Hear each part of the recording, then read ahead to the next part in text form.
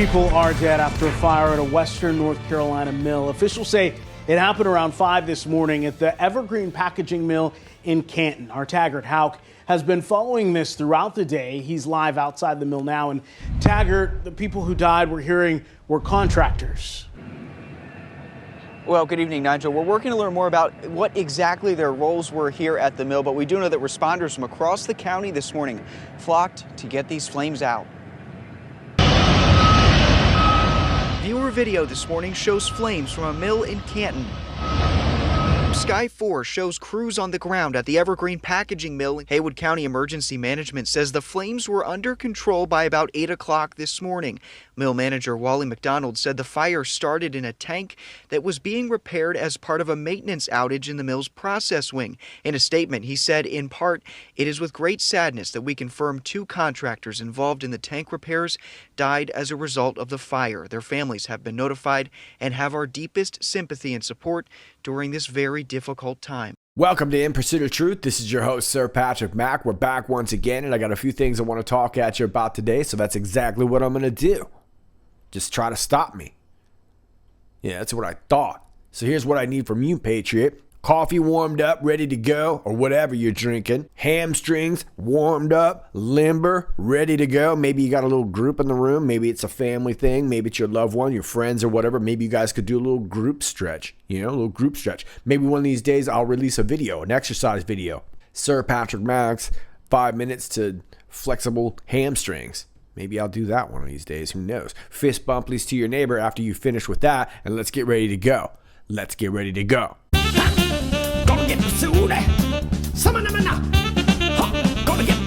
I want to start off today with an interesting little string of tweets from United States Senator from Iowa, Chuck Grassley, who tweeted this the other day. Now, my timestamps might be a little bit different from yours. Don't worry about it. I'm from the future, okay? Just learn to figure it out. Do the quick maths. If you lost your pet pigeon, it's dead in my front yard. My Iowa farm just discovered here are identifiers. Right leg blue 2020/3089/AU2020/she// left leg green band. No printed info. Sorry for bad news. A couple hours later, we get this. I assumed deer dead. BC, because I'm assuming it was night and no carcass. Carcass is spelled incorrectly. Few minutes later, but in case of this pigeon, I could actually pick up bird. No life whatsoever. Okay, all very strange. And then a couple of days later, we got a follow-up here. The pigeon's life that ended near Grassley Farm this weekend hailed from the Sheboygan Flying Club in Wisconsin. I stand corrected. It wasn't a pet. It was a racing pigeon. Thanks to my followers for the info. Okay, so the first thing that we can notice here is that Chuck Grassley is speaking extremely poor English, especially for a man who has a good command of the English language. You might even call this pigeon English. And that's precisely what I think we're doing here. This could possibly be a signifier to somebody who does not speak English as their first language. Generally, pigeon languages are exactly that. When you have two people that don't speak the same language and they have to find a way to communicate, they create a pigeon language. You can see pigeon languages in Nigeria. You can see them in Hawaii. Creole could be considered a pigeon language. There are all kinds of languages that are considered pigeon language. It's not necessarily indicative to one particular language. But generally what it is that you're removing all these small elements of a language and just trying to get to the original point and dumb it down as clearly as you can because, again, you're speaking to somebody who doesn't speak your language. And I think many of you picked up on the fact that this was obviously some sort of coded language. What it all means, I'm not exactly sure, but we are going to cover a couple of topics that may or may not be relevant to these tweets. It was very clear that Chuck Grassley was sending some sort of message because this is not a typical way of speaking for Chuck Grassley. Now let me take you to this story from Canton, North Carolina, this mysterious fire at the Evergreen packaging paper mill. And you saw the video at the beginning of the show. 2 people were killed at this Evergreen packaging paper mill near Canton on Monday. Now they're saying they were contract workers. We don't know if those are government contract workers, independent or private contract workers. We're not really sure what they mean when they say contract workers. But as of now, they have not released the identities. But according to Haywood County EMS, the fire broke out around 5:20 a.m. on Monday in the number 2 fiber line inside the tower. So this is an interesting story. This place employs nearly 1,000 people. It's the largest industrial employer in Haywood County. Here you can take a nice look at it right here from a drone. This is from Want to Know More on YouTube. Thank you for the beautiful footage. But as you can see, it is a massive, sprawling facility. Now, the 2 people were killed are only referred to as contractors. So we don't know if they're normal contractors, if this was a normal thing.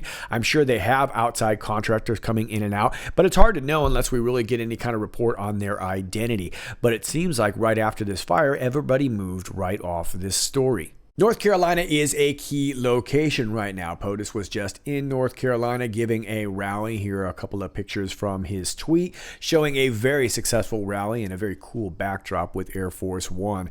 Ivanka Trump was also just recently in North Carolina. She was participating in a fireside chat out there. So a lot of people putting in some work into North Carolina. Well, this is just from a couple of days ago from MSM.com.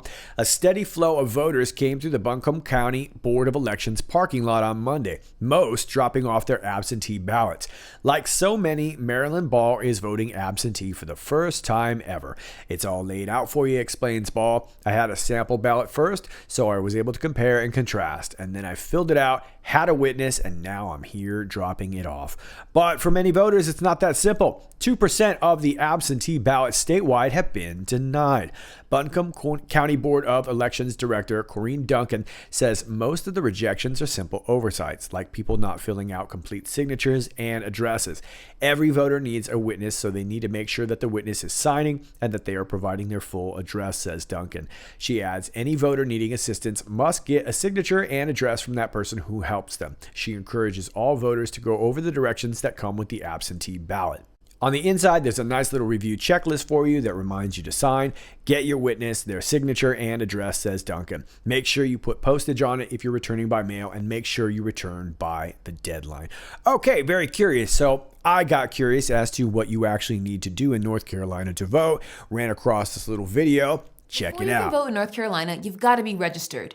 If you're not sure if you're registered already, you can check using the link in the description. But if you're not registered yet, or you've moved or changed your name since the last time you voted, you'll need to fill out a registration form. The only way to register in North Carolina is by mail, which I know is annoying. But you can print off the form from online using the link below and mail it in by October 9th if you want to vote in November. If you miss the deadline, don't worry. You can still register in person at a one-stop early voting site. Just bring your ID, like a driver's license, state ID, military ID, or a utility bill, bank statement, or paycheck with your name and address on it. Once you're registered, you get to vote. Anyone in North Carolina can vote by mail, otherwise known as absentee, for any reason, and it's one of the easiest ways to vote. All you have to do is download the form in the link below, fill it out, and mail it to your County Board of Elections office. There's a link to all of their addresses in the description. You have until October 27th to request an absentee ballot, but the sooner you apply, the sooner you get your ballot, and the longer you have to look it over and make your decisions. Then, all you have to do is mail your ballot back to your County Board of Elections office so they get it by November 3rd. You can also vote early in person, otherwise known as one-stop absentee voting, from October 15th through the 31st. The hours and locations vary by county. There's a link in the description where you just select your county and it'll tell you when and where you can vote early, and register if you still need to. But if you really want that experience of voting in person on November 3rd, the polls are open from 6:30 a.m. to 7:30 p.m. And there's a link below that'll tell you where you need to go to vote. You won't need to show ID unless it's your first time voting or you're registering at a one-stop site.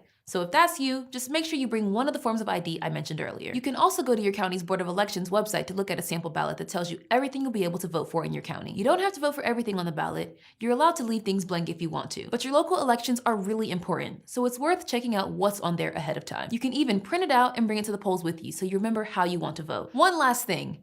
If you're gonna vote, open up your notes app or grab a pen and paper and make a plan. Write down when and how you're gonna register, what time you're gonna vote, how you're gonna get there, what ID you're gonna use if you need one, even who you're gonna bring to the polls with you. Having a plan is a great way to make sure that nothing unexpected stops you from voting on November 3rd. All the links you need to check your registration and polling location are in the description.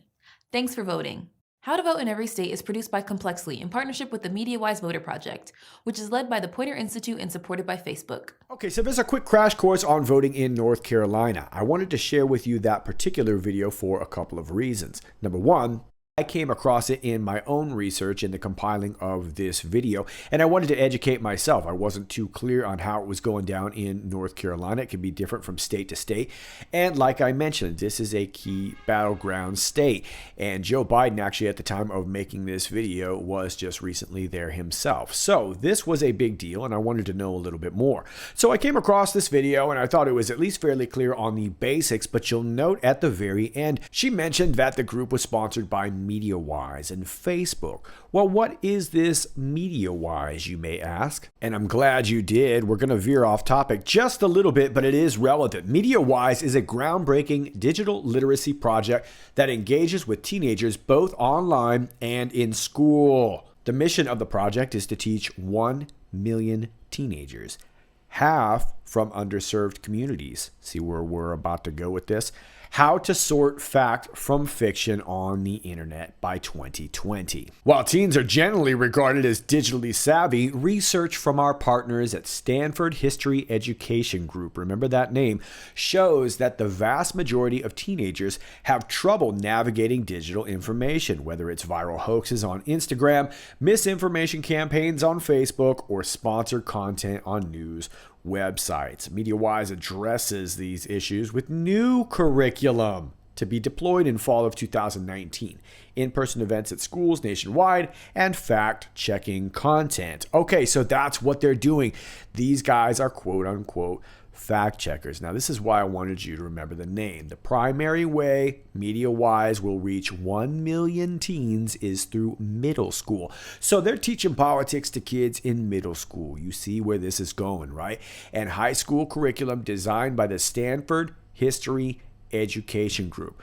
Okay, so I think that's the big thing. That's why I find this so important. If you are a parent, and especially right now where a lot of kids are learning online, there's a whole different way of doing things right now. If you're seeing textbook, if you're seeing curriculum coming from this Stanford History Education Group, I want you to know that this would be part of all of that. And the reason why this would be attractive on a surface level is because they are offering this to download for free. And of course, that's going to save schools a ton of money, right? While the curriculum is being piloted and tested, the MediaWise team at Pointer is working with local media association and National Association for Media Literacy Education to visit schools and teach the fact-checking skills the curriculum is built on. Okay, so now I think you see what this is all about. These guys are fact checkers. They show you how to take this content that's online and be able to discern what's real and what isn't. Well, this group is just part of another greater fact check group that you've heard of before, which is PolitiFact. That's right. Pointer Institute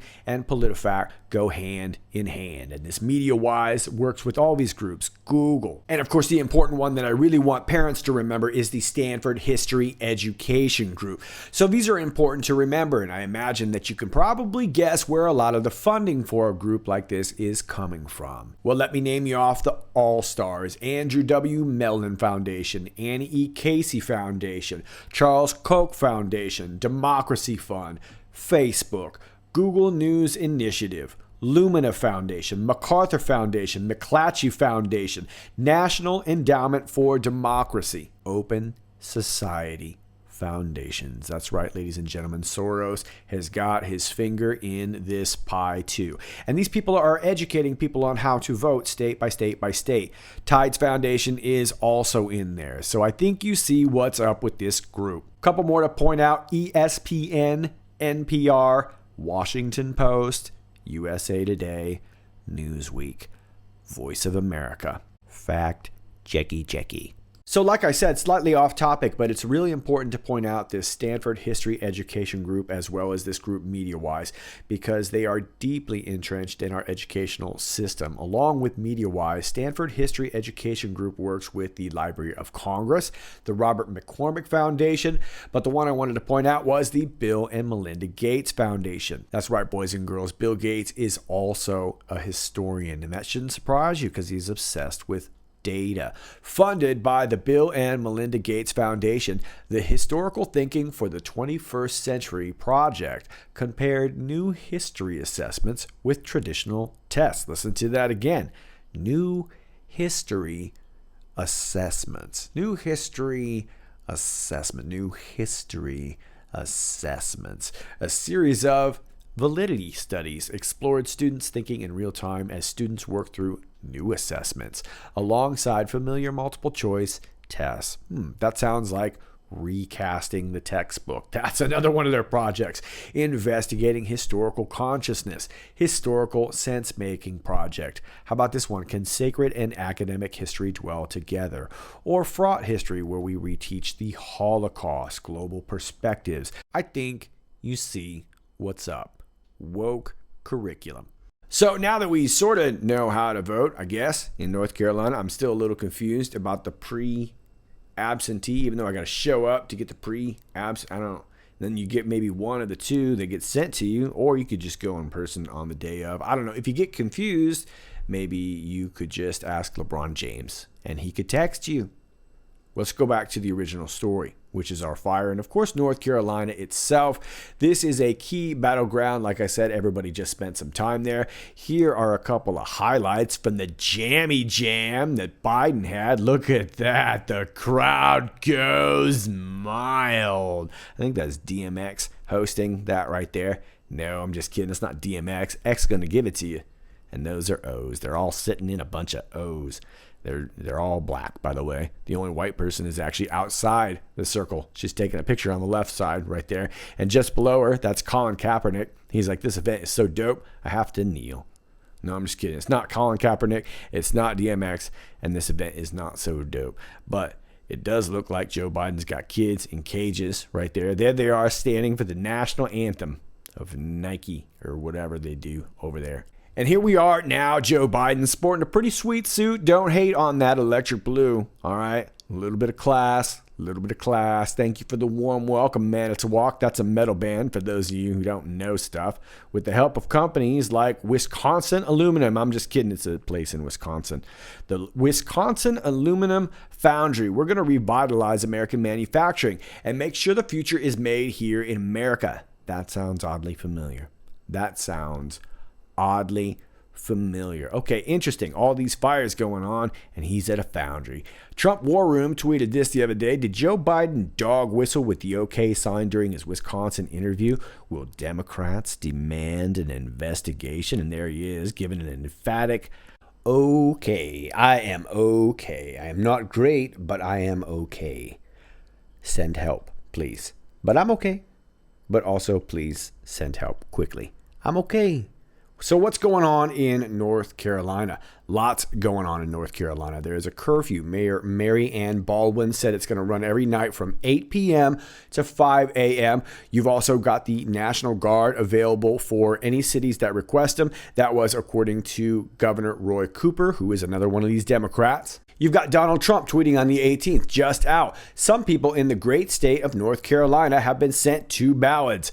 Rigged election in waiting. You've got the ACLU complaining. We're joining at NCNLG and allies to condemn the arrest of 2 legal observers in Raleigh. This was during the curfew. This should have never happened, and we continue to back up the right to observe and document law enforcement. And then, of course, you've got all these fires and explosions and explodey fires, more than we can really keep track of, right? You remember not too far back, we had this blast in Lebanon, and now we have another one, and they're also suspecting that that might be a weapons depot. We also have a massive fire at ONGC, the Oil and Natural Gas Corporation in India, Surat, Gujarat. We've got an explosion in Northern Ireland, again, another packaging plant. You've also got an explosion in Nigeria, Falele Lokoja, and this was a tanker that was carrying petrol out there in Nigeria, which happens to have a pidgin language, by the way. And of course, you remember some of these recent ones. I won't be able to name them all because there were so many of them. We had in the UK, we had some in Canada, we had this one here in Grand Prairie, Texas. And if you'll remember, there was another packaging plant earlier in the year. Here it is right here in Changsha, China. So what's going on with all these packaging plants? Well, interestingly enough, many of these were plastics, if you remember. Some of them were recycling plants, some of them were packaging, but a lot of them were food packaging plants. We talked about this a bit in some of my earlier videos, and we were talking about how this related with China and their floods and the food shortage, and how this might be a way of attacking the food supply by also attacking the packaging plants. Now, whether or not that's the actual case, I don't know, but we're seeing numerous packaging plants, particularly plastics.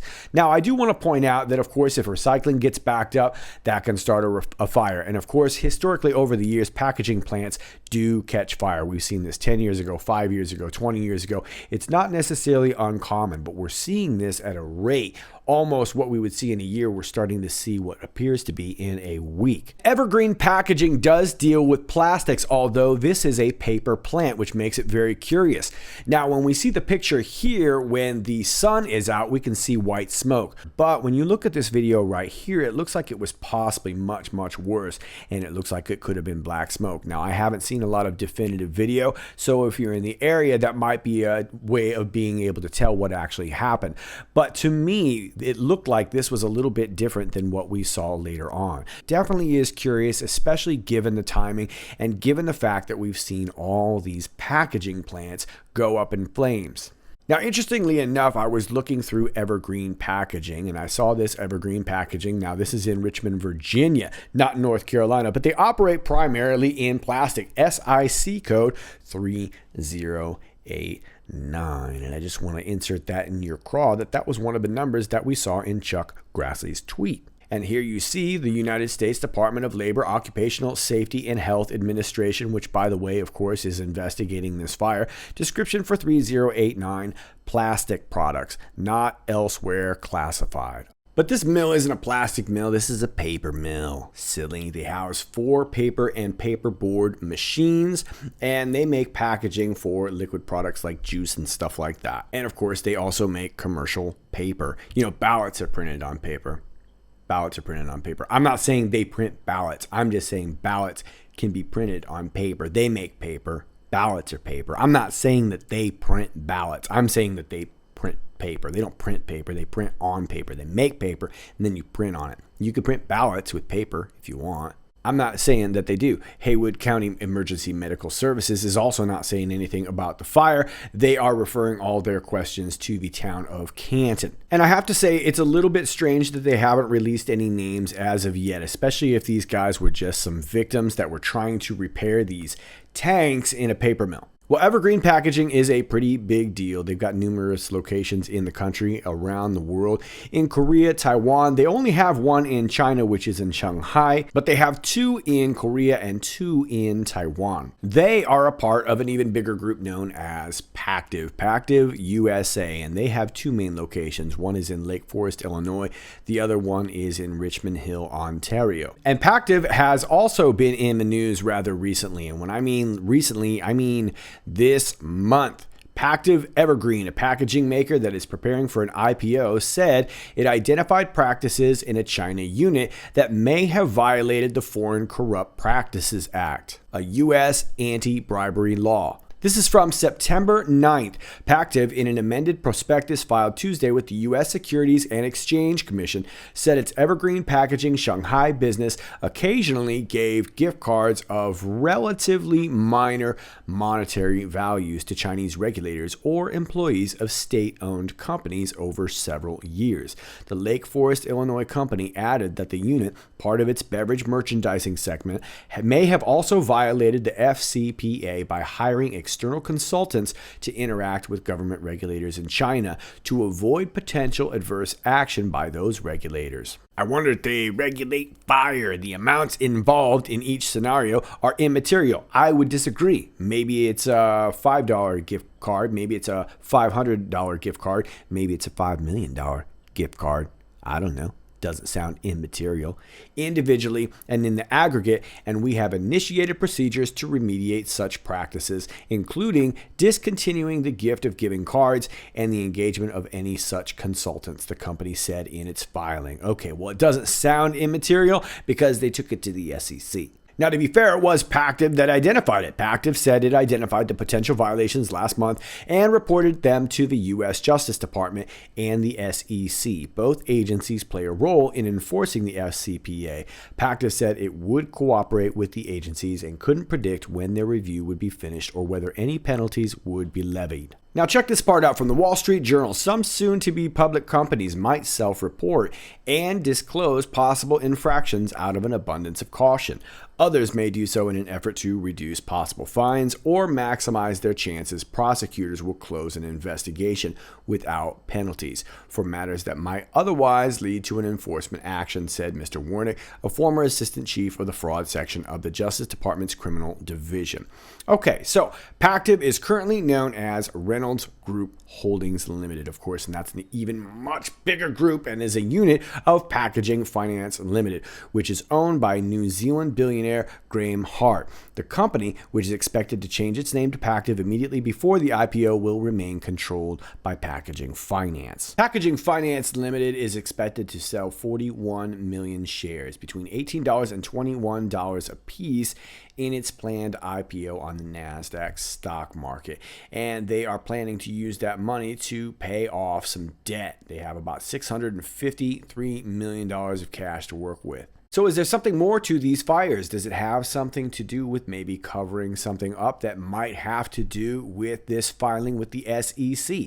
Does it have something to do with the ballot situation in North Carolina? Or was this simply just a routine maintenance accident? Keep in mind, this was scheduled maintenance, I guess, and so that meant that there was actually an outage, which I would assume means that certain employees would be out of the way. But before you decide, let me leave you with a couple more things. Here is an overhead view from Google Maps of Evergreen Packaging Incorporated. And right out in their front yard is a river that is largely criticized for its stanky smell. And that river is known as the Pigeon River. I know, it's just like Chuck Grass. He just found a dead pigeon, a pet pigeon. It was dead in his front yard. Dead pigeons don't smell nearly as good as the live ones do. Anyway, so I want to take you through my thought process, and I want you to know that I don't necessarily acknowledge all of this as correct, but I found it very interesting, and I just want to show you what I found. So obviously, the name of the Pigeon River caught my attention. Let's go back to Chuck Grassley's tweet. Just discovered here are identifiers, so maybe the identifiers are here. Right leg blue. We see right and blue capitalized, but leg is not. RB. So nearby this area, if we actually take the Pigeon River from Evergreen and start heading south, we have two areas on each side of the river. The one is Center Pigeon. That means it's the middle one, for those of you who don't know how that works. And then on the other side, we have a little area, if you go a little bit further down, known as Rocky Branch. Could that be our right blue? Not exactly sure. Let's keep going. Then we have the identifier of the pigeon, which I'm assuming most of this is fairly innocuous. The 2020/3089/AU2020, which is kind of common when you are looking for pigeons. /she. So it sounds like it's just an identifier of a bird, right? So to me, the only number that caught my attention, of course, was the 3089. I just showed you what that reference may or may not be. I don't know. Could this be a reference to plastics? Not sure. Evergreen doesn't really deal with plastics, but other packaging plants do. File it away in your craw. So if we take Pigeon River and start heading south, we start to get to our next signifier, left leg green. Could this be referring to Lake Logan Road? Well, it connects and it heads on south. So let's keep on going. You end up all the way down to this body of water, Lake Logan. So was there something that had to do with the plant and this body of water? Does it have something to do with these chemicals that may be causing these fires? Don't really know, but right at the Little East Fork Pigeon River, where it all comes to a head, we run right into Deer Run Road.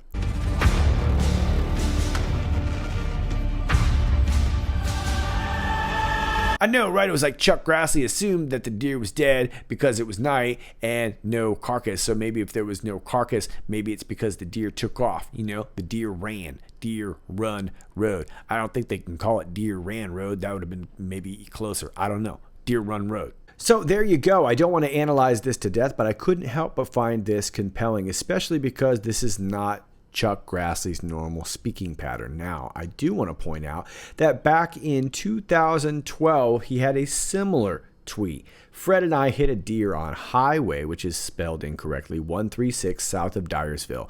After I pulled fender rubbing on tire, we continued to farm. Assume deer dead. Okay, so again, poor English, and we're not really going to analyze that from back in 2012. But assume deer dead, we've seen that before, and we've seen it here.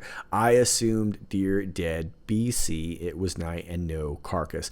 Okay, so BC is not because, and that drew my eye to it, and no carcass. Carcass is actually a reference to eunuchs who used to serve an old Persian king. I can't remember his name right now, but I do want to assume that Chuck Grassley is speaking pidgin language, and so I don't want to break it down too much, but I couldn't help but think that when you look at the map here, right in between Beaver Dam Creek, which is a BC, the Bear Waters Brewing Company, which is a BC, the Pleasant Grove Baptist Church, which is a BC, and the Three Compas Mexican Restaurant sits our Evergreen packaging. Three compas. Compas meaning compa, which is like a slang word for like your bro, your compadre.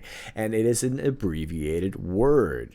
Now, if you look at it from English, it looks like it would be compass missing an S. Kind of like carcass is also missing an S.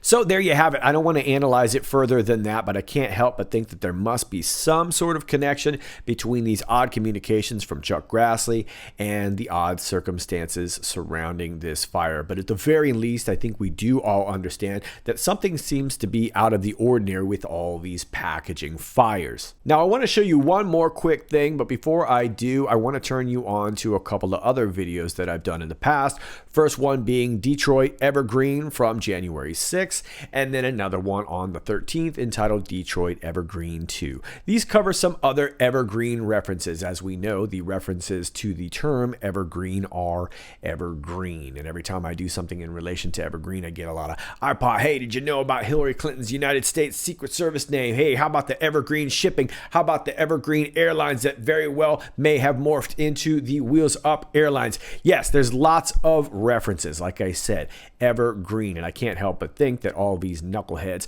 like to use the term evergreen, and of course it's a fairly common term, so we're going to run into it a lot. But if you want to know a little bit more about the situation in Detroit and the tunnels down below, the human trafficking situation down below, we covered a couple mysterious explosions in this video. We also covered a few suspect charities as well as an abandoned missile base. So please check these videos out if you would like to know more. But let me show you this real quick. This picture is from the Google Maps. When you search Evergreen packaging, this picture comes up right next to the search. Does it look familiar to you? Well, if it does, it should. It looks a lot like this April 2019 tweet from James, nobody's homie Comey. So many answers, he says. There's so many answers. He must have had a lot of questions. I guess he did. He had so many questions. This was back in March of 2019. How about that? He's out there standing in the forest looking up at the trees. He's got so many questions, but then later on he has answers. So there you go. Lastly, let me leave you with this post from those guys on June 22nd, 2020. Post 4494. And it starts off with a Twitter status from the POTUS who said, rigged 2020 election. Millions of mail-in ballots will be printed by foreign countries and others. It will be the scandal of our times. That sounds pretty big. That would answer so many questions, wouldn't it? The Post says, is this about the virus or the election? Manipulated polls meant to legitimize rigged election results. The election was not rigged. All the polls demonstrated Biden's clear lead across the country. Example, what happens if China successfully duplicates, clones, select ballots, battleground states? I wonder how they would be able to do that. What happens if coordination exists with select states to deliver printing and paper ballot recipes, secrets to select foreign adversaries, nothing to lose, logical thinking, you know who. Well, I'm not the most logical person on the planet, but I can't help but think it might have something to do with all these fires. But that's all I got for you for now. As always, if you like this video, please click like, share, and subscribe. Thanks to all of you who do that already. If you are watching me on YouTube, all my alternate links are down below. They're also pinned to my Twitter in case you want to join me on another platform. You never know when we might get the boot on the YouTube. That's all for now. This is Sir Patrick Mack, and until next time, stay funky.